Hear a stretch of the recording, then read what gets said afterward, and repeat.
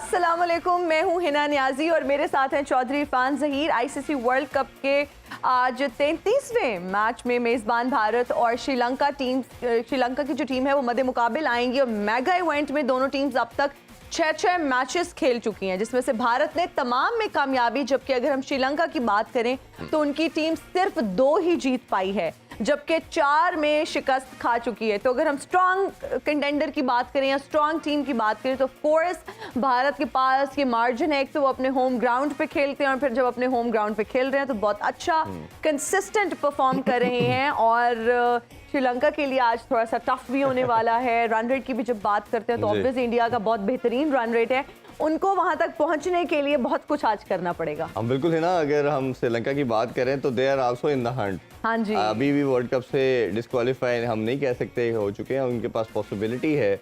अगर आपने आने वाले तीनों मैचेस जीते हैं तो वो भी 10 पॉइंट्स के साथ कहीं ना कहीं कंटेंशन में ज़रूर आ सकते हैं।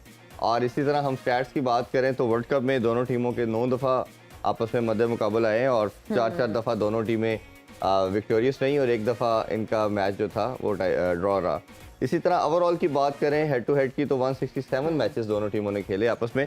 98 टाइम जो है वो भारत ने विक्ट्री अपने नाम की और 57 टाइम हमने देखा कि श्रीलंका ने विक्ट्री हासिल की। बट इसकी जो आज मैं रिकॉल कर रहा था इस मैच के ऑफिस आते हुए तो यही देख रहा था कि जब 96 का जो सेमीफाइनल था वो जिस तरह हमसे ये क्वार्टर फाइनल जीत के उनके साथ सेमीफाइनल खेला और सेमीफाइनल जब वो जीतने लगे श्रीलंका वाले, हाँ तो भारतीय स्पेक्टेटर ने आग लगा दी स्टेडियम में। और वो बड़ी एक मेमोरी मुझे रिकॉल हो रही थी सारी। और उसके बाद फिर बड़ी मुश्किल से उन्होंने कोशिश की बट फिर नहीं हो पाया मैच। तो फिर उन्होंने, क्योंकि 2 विकेटें रह गई थी और टोटल बहुत रिमेनिंग था बड़ा, उन्होंने श्रीलंका को विक्टोरियस करार दे दिया। तो ये एक ऐसी मेमोरी है जो आपको याद आ रही है। आई वुड से कि आपकी अगर हार है या जीत है, खास तौर पर अगर आप हार जाते हैं, आपको डिफीट का सामना करना पड़ता है, तो उसको ग्रेसफुली आप एक्सेप्ट करना सीखें, बिकॉज हार जीत इज पार्ट ऑफ गेम। कभी एक टीम जीतेगी, एक टीम हारेगी। जब एक हारेगी तो दूसरी जीतेगी, जब दूसरी जीतेगी तो ऑफ कोर्स एक हारेगी।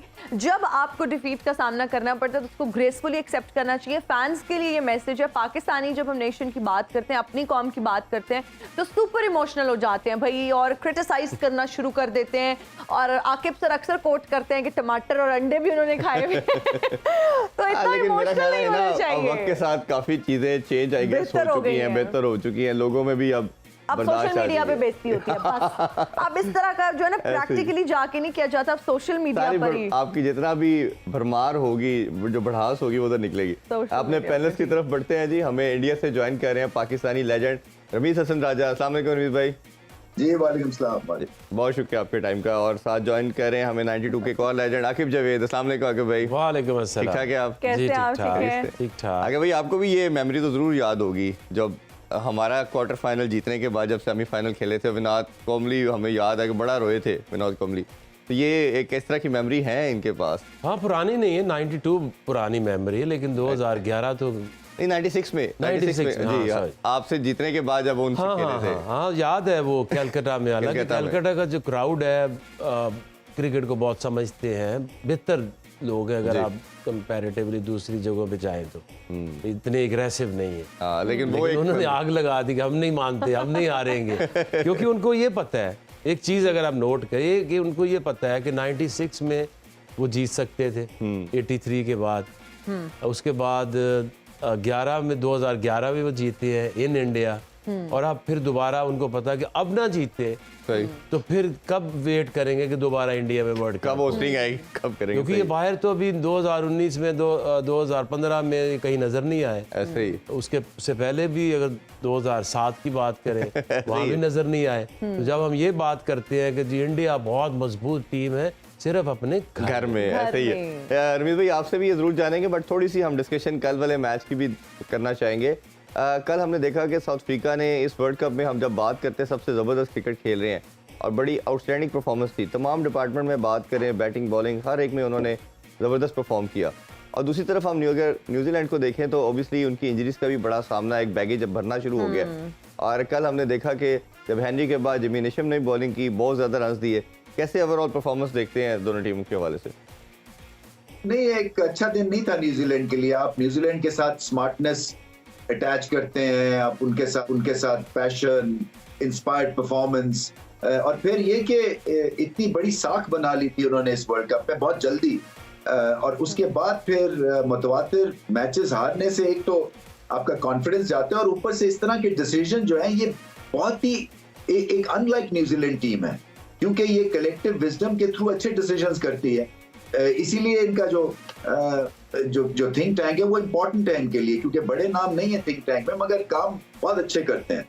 सो उनको इनवाइट किया पहले बैटिंग करने के लिए, उन्होंने मैच ही इनसे छीन के ले गए, फिर इंजरीज हैं, फिर उसके बाद कोई पार्टनरशिप नहीं लगी।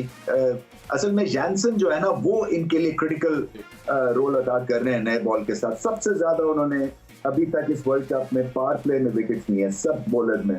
सो उनको एक्स्ट्रा बाउंस मिलता है, लंबे तक के हैं, बाउंसर उनका खेलना मुश्किल है। अब्दुल्ला हुए थे, आज रचिन रविंद्र आउट हो गए, तो ये इंपॉर्टेंट स्टैट्स लेते हैं। तो इस वजह से वो रिदम भी नहीं बना न्यूजीलैंड का, और आई थिंक वो उसी सकते में रह गए जब वो 350 हो गया ना कि हमने किया क्या। बिल्कुल रमीज सर, आप ठीक कह रहे हैं। जब हम साउथ अफ्रीका की परफॉर्मेंस की बात करते हैं तो बड़ा अच्छा खेल रहे हैं, हर डिपार्टमेंट में कॉम्पैक्ट परफॉर्म कर रहे हैं। और अगर हम महाराज की बात करें, उन्होंने बहुत ज़बरदस्त स्पेल किया। अगर हम रबाडा की बात करें, बहुत ही बेहतरीन। एंड अगैन जेंसन की, जिस तरह से आपने भी मेंशन किया। लेकिन हमने अक्सर देखा है कि मेन इवेंट में जाके चोक कर जाते हैं, they are also known as chokers. आप क्या समझते हैं कि फाइनल या सेमीफाइनल में जाके ये लोग कुछ स्पेशल करने वाले हैं? देखिए, चोक तो इन्होंने करना और ऑलमोस्ट कर गए थे पाकिस्तान के अगेंस्ट। पहले नेदरलैंड से भी रन चेसिंग में आ रहे हैं, सो ऐसा नहीं अनबीटेबल है ये। बड़े मुकाबले में टेम्परामेंट की जरूरत है, तो ठीक है, डिटर्मिनेशन दिख रही है और टीम भी दिख रही है, और बैटिंग फर्स्ट अगर इनको इंपॉर्टेंट मैचेस में मिल जाती है तो फिर ये तबाहकुन साबित हो सकते हैं। आज इनकी बॉलिंग का चैलेंज था। बॉलिंग इनकी उतनी बड़ी नहीं है जितनी कि बाकी दो एक टीम्स की है, या इस टीम में इनका ये एक ज्यादा स्ट्रॉन्ग पॉइंट नहीं है। मगर जिस तरह से उनको ब्लो अवे कर दिया है इन्होंने न्यूजीलैंड को, और आने नहीं दिया मुकाबले में, और ऑल आउट करना बड़ी बात होती है ये। स्पिन भी है, अब ठीक ठाक है। शम्सी को भी ये खिला सकते थे, क्योंकि जिस तरह से महाराज ने बॉलिंग की है, गेंद लंबा स्पिन हुआ है। सो मैं समझता हूँ कि आगे चल के ऑप्शंस क्रिएट हो रहे हैं स्पिन डिपार्टमेंट में। बट जैसे मैंने कहा ना, जो नए प्लेयर्स आए हैं जैसे जैनसन हो गया, या इनकी एहलियत अगेंस्ट स्पिन बैटिंग वो बहुत इंप्रूव हो गई है, जिससे कि एकदम से टीम उठ खड़ी। बिल्कुल आप ठीक कह रहे हैं। अभी हम एक ब्रेक लेंगे, हाजिर होंगे ब्रेक के बाद। आप देखते रहिए वर्ल्ड कप गेम उठा दो।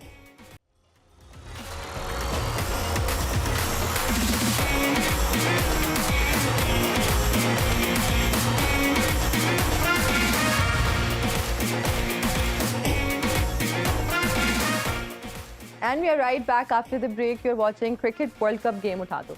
आकिब सर मस्तियाँ कहने लगी।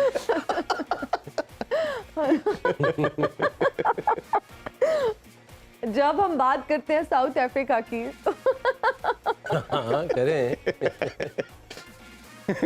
उनकी कल उन्होंने एक शानदार खेल का मुजाहिरा किया और हर डिपार्टमेंट में बड़ा ही कॉम्पैक्ट खेला। उनके कुछ प्लेयर्स की जब हम बात करते हैं, जिसमें रबाडा हैं, जेंसन हैं, महाराज हैं, ज़बरदस्त किस्म का स्पेल किया उन्होंने, बहुत ही जानदार। आप क्या समझते हैं कि मेन इवेंट में जब हम इनको देखते हैं ना कहीं जाके ये लोग चोक कर जाते हैं, और इनको चोकर्स भी कहा जाता है, क्या लग रहा है कि फाइनल में चोक करेंगे?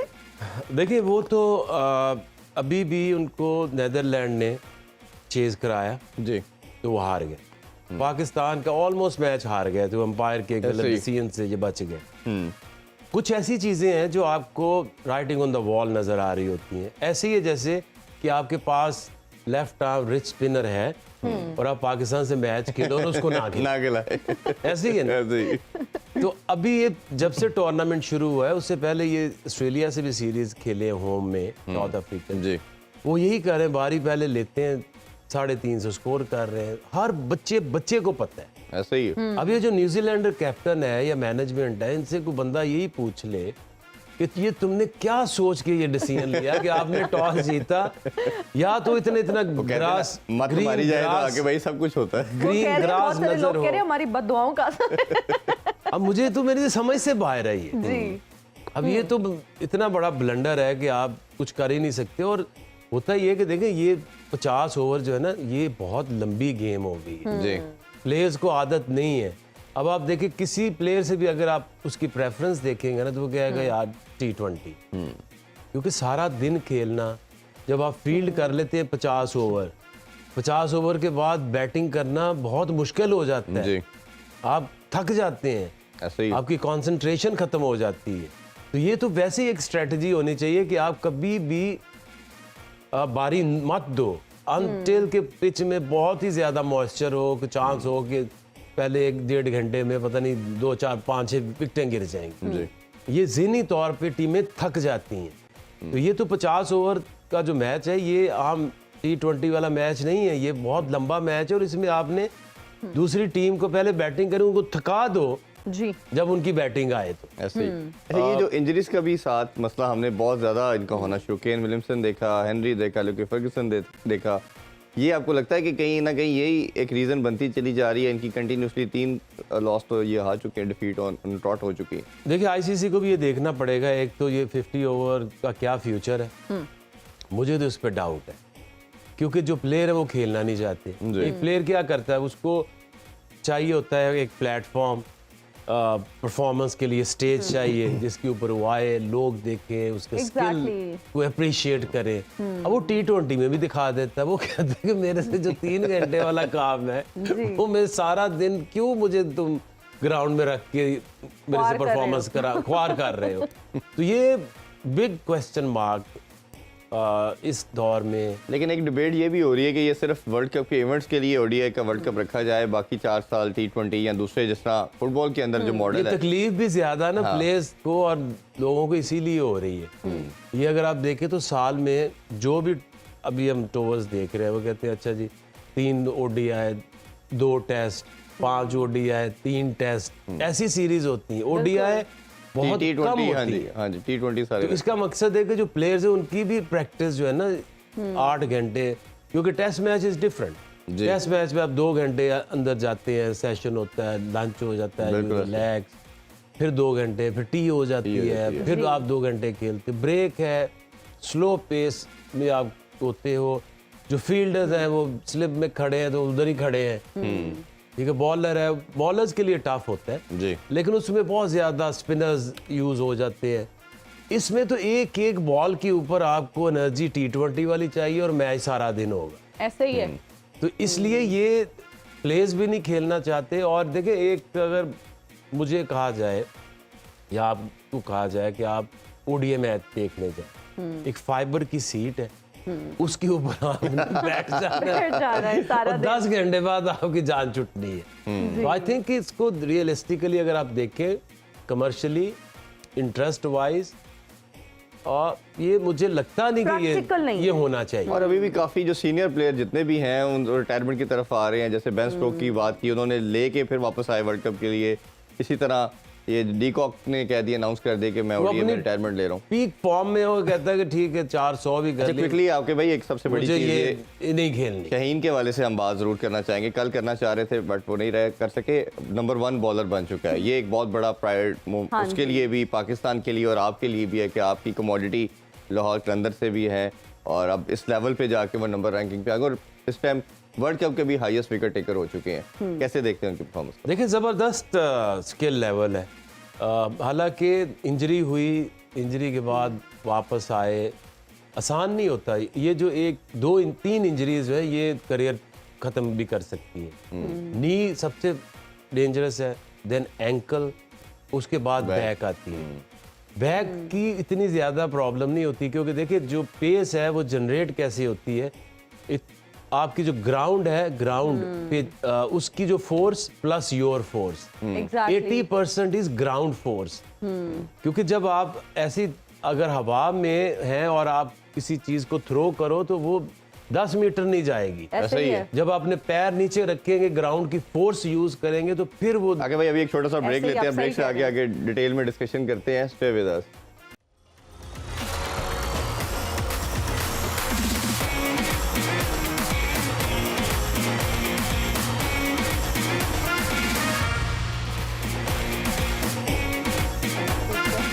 फील्डिंग का फैसला। And we are right back after the break. You are watching world cup game उठा दो। और आज के अगर मैच की बात करें तो अगेन उन्होंने टॉस जीत कर जो है फील्डिंग का फैसला किया। इस फैसले को आप किस तरह से देखते हैं? ये ऐसा ही फैसला जैसा न्यूजीलैंड वाला फैसला था जी क्योंकि देखिए आपने क्यों देनी है बैटिंग जी, आप मैच शुरू हुआ है, आपके ऊपर पहले ही प्रेशर है कि इंडिया से मैच खेल रहे हैं, तो इंडिया में तो खेलता है अच्छा, तो आप क्यों उसको बैटिंग दे रहे हैं? आप खुद बैटिंग करें, आपने जितना भी स्कोर किया, हो सकता है आपकी बैटिंग क्लिक कर जाए, आप 300 रन कर जाएं, डिफेंड वो करने जाएं, अर्ली ऑन विकेटें गिर जाएं, प्रेशर पड़ जाए, आप जीत सकते हैं। तो आपका जो पहला डिसीजन है, अगर वही गलत है जी तो आप तो अपनी, एक तो आपकी पहली टीम इस तरह से चल रही है कि कोई इस तरह का इम्पैक्ट प्लेयर नहीं है, इंजरीज की वजह से और आपकी स्ट्रेंथ कम हो गई है, तो आप और आसान कर रहे हैं इंडिया के लिए जी कि वो मैच जीत जाए। तो आई थिंक जो आपके बस में चीज़ें हैं, आपने स्मार्टली उनके डिसीजंस लेने।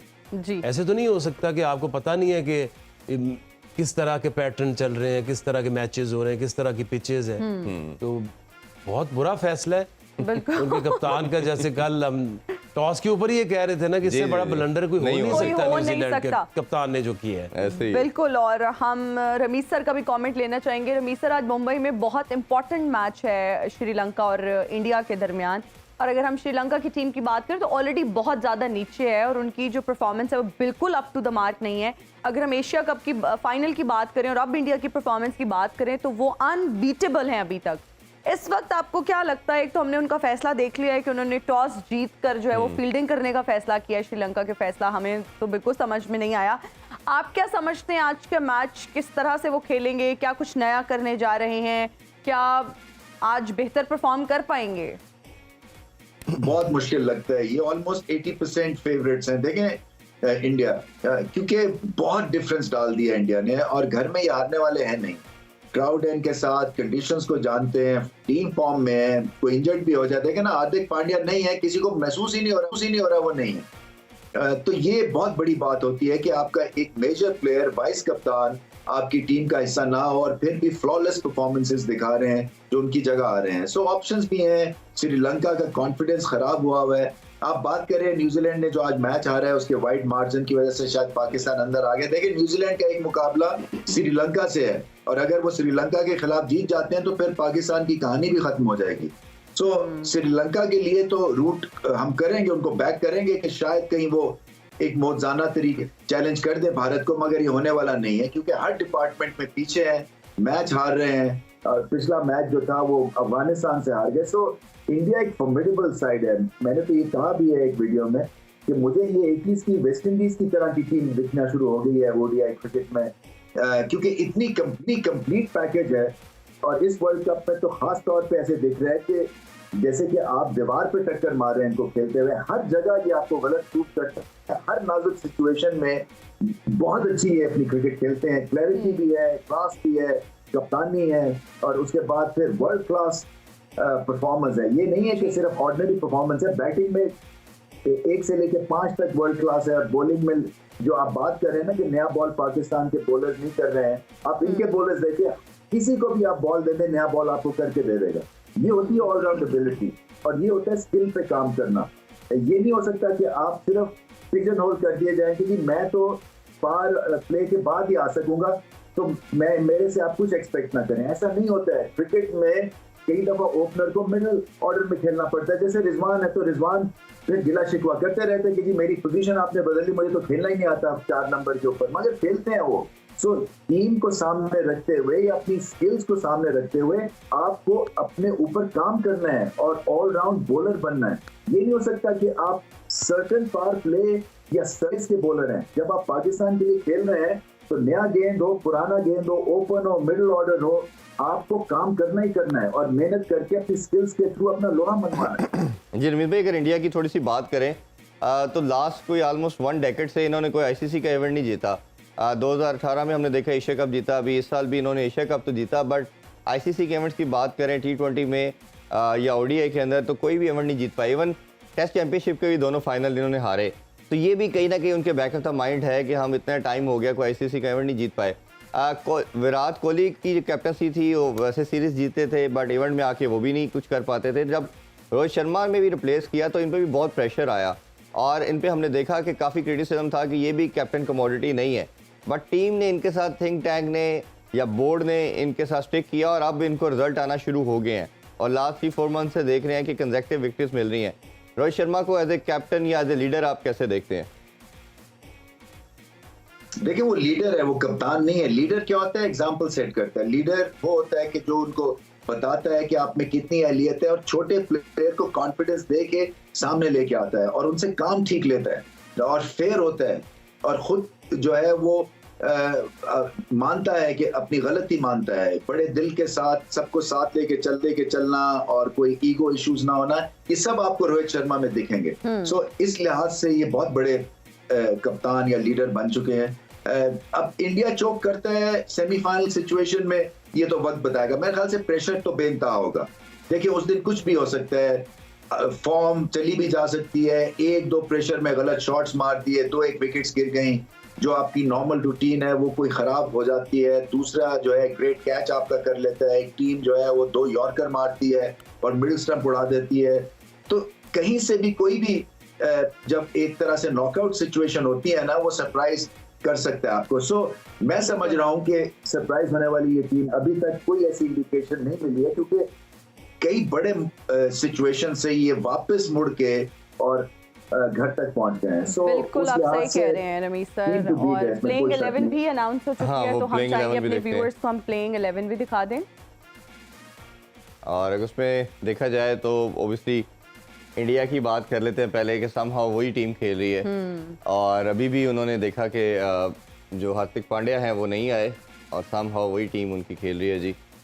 और इसी तरह अगर हम श्रीलंका की बात करते हैं तो वही एंजलो मैथ्यू भी उसी तरह ही हैं। एक उन्होंने हमनाथा का ऐड किया, ये देखना पड़ेगा किसकी जगह पे इन्होंने रिप्लेस किया है। जुमेरा है, तिक्षना है, सजिता है और मधुशांका है। तो समहाउ एक चेंज इन्होंने भी किया है। इंडिया की सेम वही प्लेइंग 11 है। देखिए इसमें मुझे ये समझ नहीं आती कि लहरू कुमारा ने जो उस दिन ये मेरी भी समझ में नहीं आ रही क्यों उसको पहले भी नहीं खिला रहे थे, वो आया उसने मैच भी जिताया, मैन ऑफ मैच था वो। हाँ तो उसको फिर मेरा ख्याल इंजरीज का कोई हो रहा है जी। और इस वर्ल्ड कप में अभी इस स्टेज के ऊपर ये जो हम पहले बात कर रहे थे, काफ़ी लोग इंजर्ड हो चुके हैं, काफ़ी डिसंगेज हो चुके हैं। मिच मार्श भी वापस ऑस्ट्रेलिया चले गए हैं कुछ उनकी पर्सनल रीजंस के ऊपर। तो आई थिंक एक तो ये टूर्नामेंट लंबा बहुत हो गया जी। उन्होंने ये आईसीसी ने ये सोचा कि 10 टीमें रखते हैं, ट्रू चैंपियन ढूंढते हैं, हर एक से खेलो, 92 वाला ये मंत्र है। लेकिन उसमें 8 टीमें थी, इसमें 10 हैं, तो कुछ ज़्यादा लंबा टूर्नामेंट हो गया जी, क्योंकि लोगों से खेला नहीं जा रहा। टीमें थक गई हैं, इंजर्ड हो रही हैं, बहुत सारे लोग देख देख के भी थक गए, देख के भी थक गए और खासा मुश्किल काम है अब ये। ऐसे ही है 50 ओवर क्रिकेट और फिर एक बेसिक जो फ्रस्ट्रेट चीज़ें क्या करती हैं। अभी जो सारे लोग जो टीवी पे बैठे मैच देखना चाह रहे होंगे, श्रीलंकन जो फैंस होंगे, वो इस चीज़ को कैसे ले रहे होंगे। उनके कप्तान जाता है, टॉस जीतता है, इंडिया को बैटिंग दे देता है। तो इंडिया को बैटिंग नहीं देनी लेकिन इंडिया साउथ अफ्रीका को भी नहीं देनी, किसी को भी नहीं देनी। अच्छा एक बात अगर मैंने जो रमीज भाई से बात की, आपसे भी करना चाहूँगा। एक तो 10 साल से कोई इवेंट नहीं जीता इंडिया ने भी, इसका भी उन पे प्रेशर है। दूसरा ये कि अगर आप इंडिया की भी परफॉर्मेंस देखें तो बड़ा सिंपल सा रूल है, अगर इन पे अटैक किया जाए तो ये भी हमारे से ज़्यादा स्टटर करते हैं। इस वर्ल्ड कप में इंग्लैंड ने थोड़ा अटैक किया था, इनके शुरू में आउट किए, बट वो भी समहाउ उस तरह क्लोज नहीं कर पाए और फिर जब उन्होंने बॉलिंग की तो उन्होंने फिर उसको कवर अप कर लिया। तो ये अटैकिंग मोड जो है इंडिया के अगेंस्ट खेलना, ये मेरा तो ख्याल है कि जो अभी तक क्रिकेट हमने देखी शायद साउथ अफ्रीका है जो इंडिया के स्टाइल को उनसे डिफीट कर सकती है, इन पे लाठी चार्ज करके इनको हरा सकती है। आप इस चीज़ को कैसे देखते हैं? देखिए इसमें इंडिया को इंडिया में हराना आसान काम नहीं है। ये शुरू से अगर इतनी बड़ी टीमें पाकिस्तान भी आती रही, हार के गई, बांग्लादेश में आती है, वहाँ हार जाती हैं। बांग्लादेश आपको कहीं कहीं जो सक्सेस नजर आती है होम पे ही है, सारी होम पे है जी। श्रीलंका नहीं जीतने देती होम में, इस तरह इंडिया भी नहीं जीतने देती। बट ये नहीं है कि अगर आप इनको ऑल अराउंड अगर देखें तो ये कहें कि जी इंडिया अनबीटेबल बन गई है। 2011 में ये जीते और उस फाइनल की भी बड़ी कहानी है जो हाँ जी राणा टुंगा जो कई दफा बताने की कोशिश करते हैं जी। तो 2011 में जीते थे, अब जीते, उसके बाद फिर देखेंगे कब वापस आता है वर्ल्ड कप इंडिया के अंदर जी। तो ऐसा नहीं है कि ये एक अनबीटेबल टीम बन गई है। जो टीमें एप्रिसिएशन के काबिल हैं वो साउथ अफ्रीका है, जो अब ये इंडिया जाती है, साउथ अफ्रीका बहुत मार खा के आती है, वो अब आके इंडिया में उस तरह की क्रिकेट खेल, बिल्कुल उससे, तो इसको कहते हैं इम्प्रूव टीम। ऑस्ट्रेलिया ने ये दिखाया कि हम सब कॉन्टिनेंट से लेके वेस्ट इंडीज से लेके ऑस्ट्रेलिया, इंग्लैंड, हर जगह के ऊपर उन्होंने वर्ल्ड कप जीते 90s के ऊपर, वो जो 2000 में, तो वो थी अनबीटेबल टीम। जी इंडिया अनबीटेबल टीम नहीं है, इसको जरा अभी बाहर भेजे जहाँ थोड़ा बॉल सीम होगा, तो ये एक्सपोज हो सकते हैं। एक्सपोज इवन मेरा होते हैं। हैविंग सेड दैट कि अगर इन पे अटैक भी किया जाए ना, चाहे जैसे मर्जी कंडीशन है, इनको हराने का देखिए एक और भी तरीका है कि आप करके दिखाया था आप चैंपियन पहले बैटिंग करें, स्कोर करें, उसके ऊपर 300 प्लस रन्स करें और उनके ऊपर प्रेशर डालें। ऐसे तो नहीं आप जीत सकते ना, कि उनकी इंडिया में बैटिंग उनको आती है करनी, पिचेस का पता है, आप टॉस जीत के उनको बैटिंग दे दें, वो कर देंगे 300 350 स्कोर, तो फिर आपको कैसे वो आप करेंगे। बिल्कुल ऐसा ही है। अच्छा आकिब सर, जब हम इम्पैक्ट प्लेयर्स की बात करते हैं तो आप क्या समझते हैं दोनों टीम्स में इम्पैक्ट प्लेयर्स कौन है? देखिए श्रीलंका में तो एक भी नहीं। अगर आप देखें ना कि ये जो आपकी सक्सेस जुड़ती है मैच विनर्स से, ये कभी भी 11-11 इनके पास सुपरस्टार्स नहीं रहे श्रीलंका के पास, लेकिन हर दौर में इनके पास 4-5 ऐसे प्लेयर रहे हैं जो वर्ल्ड क्लास प्लेयर रहे। जी मलिंगा की वाइट बॉल में जो परफॉर्मेंसेज हैं, जी संगाकारा, जयवर्धना, जयसूर्या, चिमिंदा वॉस, मुरलीधरन, तो ये वो लोग थे जब ये वर्ल्ड कप भी जीते हैं या ये टूर्नामेंट जीतते थे, तो ये इनकी पास रिसोर्सेज थे। बिल्कुल। बांग्लादेश आज तक क्यों नहीं जीती या क्यों नहीं जीत सकती? उनके पास उनकी पूरी क्रिकेटिंग हिस्ट्री में एक वर्ल्ड क्लास प्लेयर आया, शाकिब अल हसन। अब वो एज के उस हिस्से में है कि उसको भी कोई रिप्लेस करने को तैयार नहीं है। अब पाकिस्तान को यही चीज हम समझाते हैं कि if you have match winner, उसको बैक करो। बिल्कुल। पाकिस्तान पूरी बैटिंग लाइनअप में एक ऐसा प्लेयर है जिसको दुनिया में जब उसका नाम आता है तो कहते हो ये चल गया ना, जेमीदा चल गया, वो मैच ले जाएगा। Babar no doubt is a very fine batter, but वो ऐसा नहीं है कि बाबर चल गया तो मैच जीत जाएगा।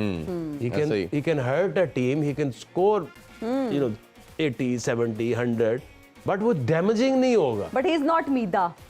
He is not Mida. He is not मीदा। तो इसलिए इस टीम के अंदर एक मेंडेस एक प्लेयर है जो कि थोड़ा सा अभी बन रहा है। It's not like he is not world class player. उसके पास तमाम ये शॉट्स और आजकल तो बड़ा आसान है। अब वाइट बॉल में अगर आपकी वैल्यू किसी की देखनी है तो आप देख लें कि लीग्स में कौन बिकता है, क्योंकि उनके ऊपर तो कोई बार नहीं है ना कि किसको लेना किसको नहीं लेना।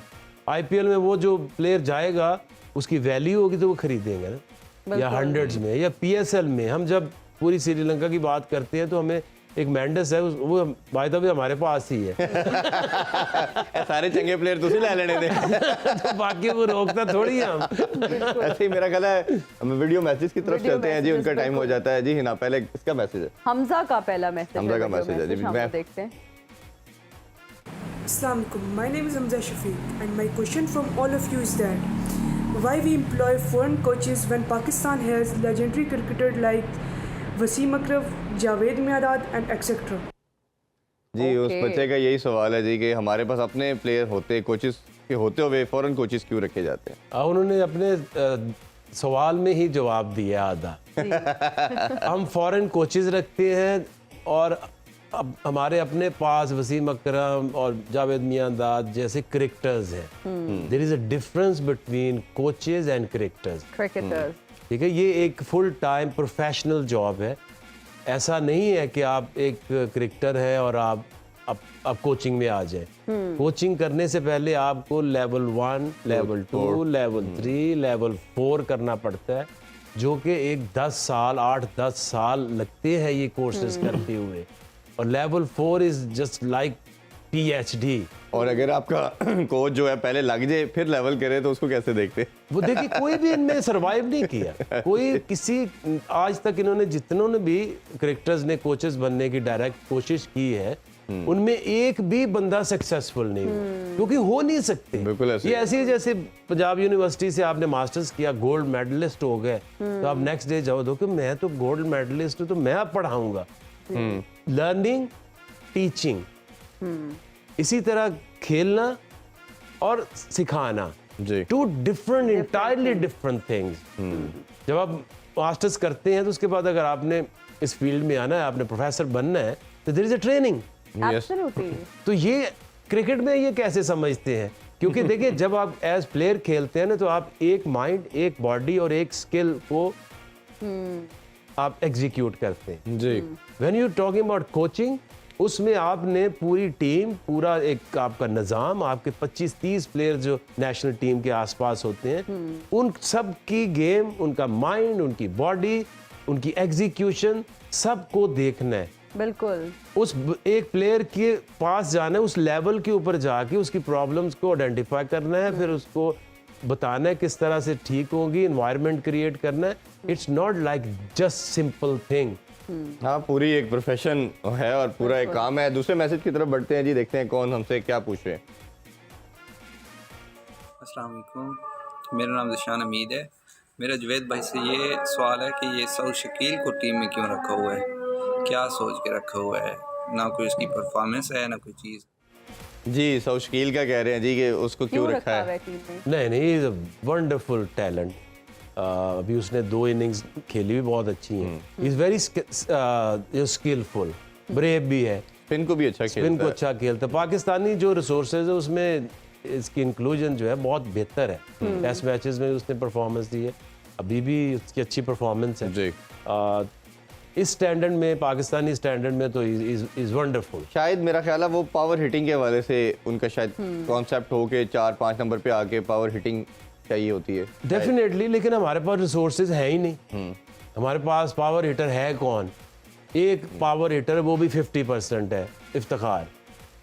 फास्ट बॉलर लगाओगे तो वो पावर हिटिंग उसकी होगी, जी। स्पिन लगा दोगे तो खत्म हो जाती है। ऐसे ही है। उस दिन मैं देख रहा था वो मेहंदी हसन मिर्जा मिराज, वो जो बांग्लादेश, वो करारा तो उससे हिट नहीं लग रही थी इफ्तिखार से। ऐसे ही। तो आप हिटर हैं but you can't hit spin. जी, तो जी। पाकिस्तान में ये है ही कोई नहीं, तो फिर कहाँ से लाए? आप सही इन्हीं कह रहे हैं। और limited आकिब resources सर, के हम साथ। क्रिकेट से हटकर भी आपको एक अच्छी और बड़ी खबर दे रहे हैं कि इलेक्शन कमीशन ने 11 फरवरी को इलेक्शंस की डेट अनाउंस कर दी है, जो कि बहुत ही एक अच्छी और बड़ी खबर है, क्योंकि हम सब चाहते हैं कि अगर मुल्क में, हमें पता है स्टेबिलिटी अगर आ सकती है तो इलेक्शंस के बाद ही आ सकती और है। मेरा ख्याल है PSL भी चल रहा होगा उसके पास और इलेक्शन भी हो चुके होंगे, तो एक अच्छा जश्न का समान होगा फाइनली। और हम लोग बहुत ज़्यादा परेशान थे इलेक्शंस को लेके, बहुत ज़्यादा डिस्कशन हो रही थी कि अगर हमारे मुल्क में हमें स्टेबिलिटी चाहिए इन एनीथिंग, तो इलेक्शंस उसका हल है। और फाइनली अब 11 फरवरी को जो है वो इलेक्शंस की डेट दे दी गई जी, है। बिल्कुल ऐसे वी आर ही। Hoping for the best. इंशाल्लाह हम जरूर जाएंगे और अपना अपना वोट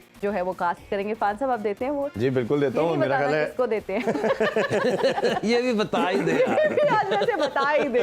चलें, ये मैं आप दोनों को भी बता देता हूँ किसको देते हैं, लेकिन ये मेरा ख्याल है कंट्री के लिए बड़ा अच्छा है और इसकी प्रोग्रेशन के लिए बड़ा अच्छा है कि इलेक्शन हो और ओबीसी एक जो डेमोक्रेटिक सिस्टम है वो चलता रहे। बिल्कुल, और मुल्क में स्टेबिलिटी आए। अभी हम अपने व्यूअर्स से लेंगे इजाजत। आपसे इरफान साहब की मुलाकात होगी मिड ब्रेक में, हमसे होगी क्रिकेट मस्तिया में। अपना बहुत ख्याल रखिएगा, हमें दीजिए इजाजत। अल्लाह हाफिज। पाकिस्तान जिंदाबाद।